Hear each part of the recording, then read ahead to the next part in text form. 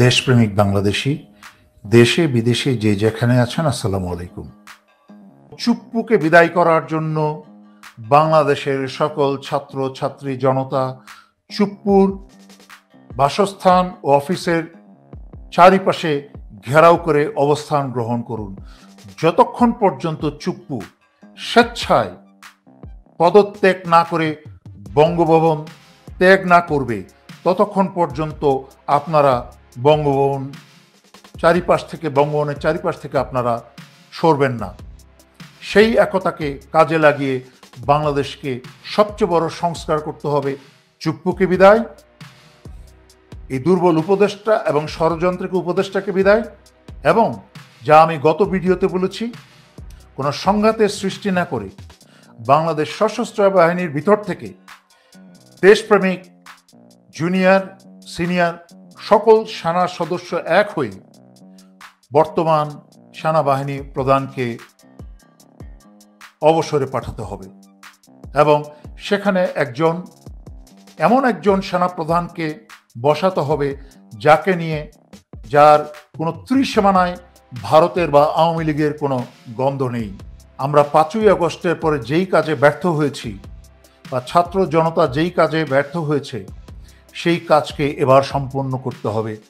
তা হচ্ছে চুপ্পুকে লাথি মেরে বিদায় করে সেখানে বঙ্গভবনে রাষ্ট্রপতির পদে অতিরিক্ত দায়িত্বে, প্রধান উপদেষ্টার অতিরিক্ত দায়িত্বে আমাদের মাননীয় প্রধান উপদেষ্টা প্রফেসর ইউনূসকে প্রেসিডেন্ট হিসাবে সেখানে পদায়ন করতে হবে।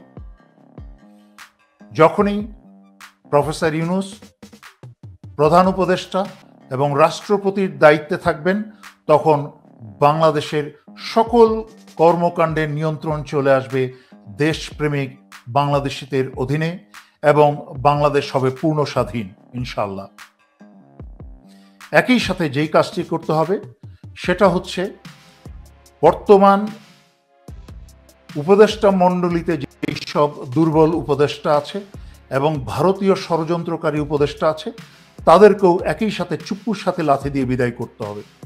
তার মাঝখানে নষ্ট উপদেষ্টা আসিফ নজরুলকে বিদায় করতে হবে।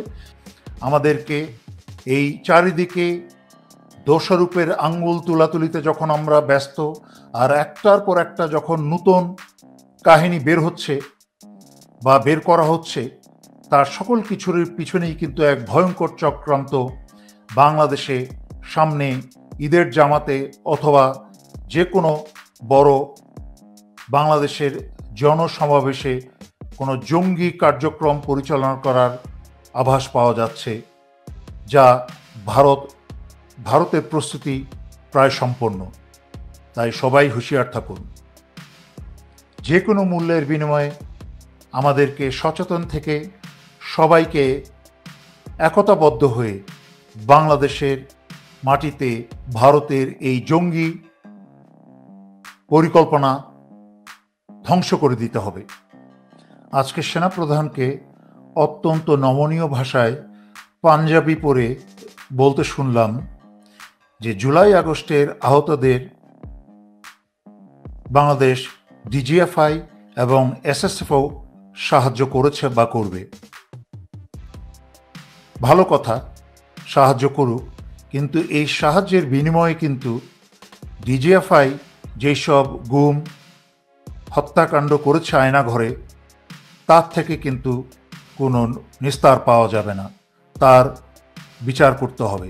সুতরাং আমি সেনাপ্রধানকে এখনও শেষ সময় অনুরোধ করছি, তাদের এই দান করা অর্থের প্রয়োজন নেই, বরং স্বৈরাচারী শেখ হাসিনার আমলে যেই সব ডিজিএফআই প্রধান ছিল এবং পরবর্তীতে অন্যান্য পদে যারা ছিল, তাদেরকে আইনের হাতে তুলে দিন এবং সেটাই হবে এই দেশ এবং জনগণের প্রতি সবচেয়ে বড় সাহায্য। বাংলাদেশ সেনাবাহিনী দেশের সম্পদ, আর এই সেনাবাহিনীর কিছু কুলাঙ্গার ভারতীয় সম্পদ। তাই কিছু কুলাঙ্গারের জন্য দেশের সেনাবাহিনীর নাম ধরে ডাকা, এই দেশের সম্পদকে অপমানিত করা এবং ভারতের উদ্দেশ্য হাসিল করা। শান্তির মাধ্যমে এবং জাতীয় একতার মাধ্যমে ভারতীয় এইসব কুলাঙ্গারদেরকে বিদায় করা সহজ ও সম্ভব। গত জুলাই ও আগস্টের পরে আবারও হাসনাত জাতির সামনে সত্যকে উন্মোচিত করে জাতিকে একত্রিত করেছে। তাই এই সুযোগকে আমাদের কাজে লাগাতে হবে দেশের স্বার্থে ও জনতার স্বার্থে। অশান্তি ও দাঙ্গা সৃষ্টি হচ্ছে ভারতের উদ্দেশ্য এবং ভারত এই উদ্দেশ্যকে কাজে লাগিয়ে বাংলাদেশে প্রবেশ করার চেষ্টা করবে। তাই আমাদেরকে থাকতে হবে অত্যন্ত সচেতন ও হুঁশিয়ার। কিছু অতি আবেগপ্রবণ ব্যক্তি ও গোষ্ঠীকে আমি বলতে শুনেছি সেনানিবাসে আক্রমণ করা ও সেনানিবাস উড়িয়ে দেওয়ার কথা বলতে।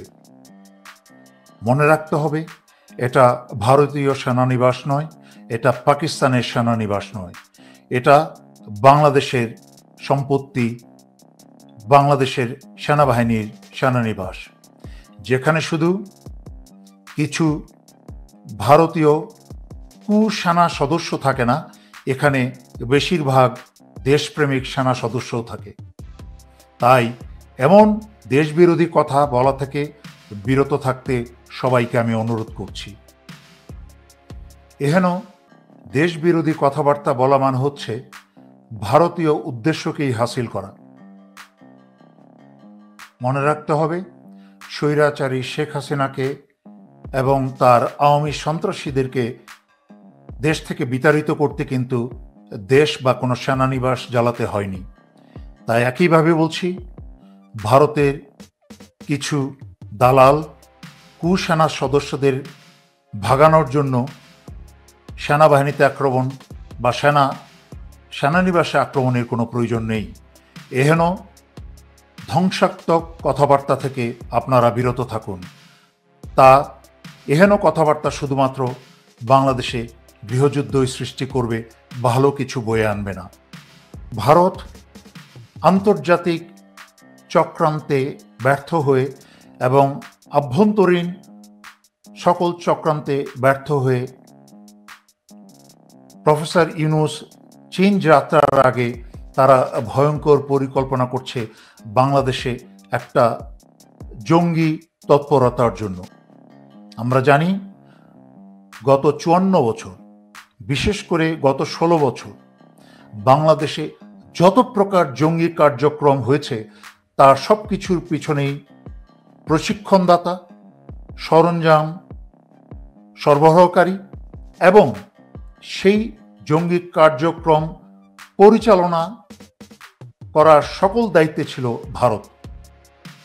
শুধু বাংলাদেশ নয়, উপমহাদেশের যত স্থানে, অন্যান্য যত দেশে যত জঙ্গি কর্মকাণ্ড পরিচালিত হয়েছে তার সবই পরিচালনা করেছে ভারত।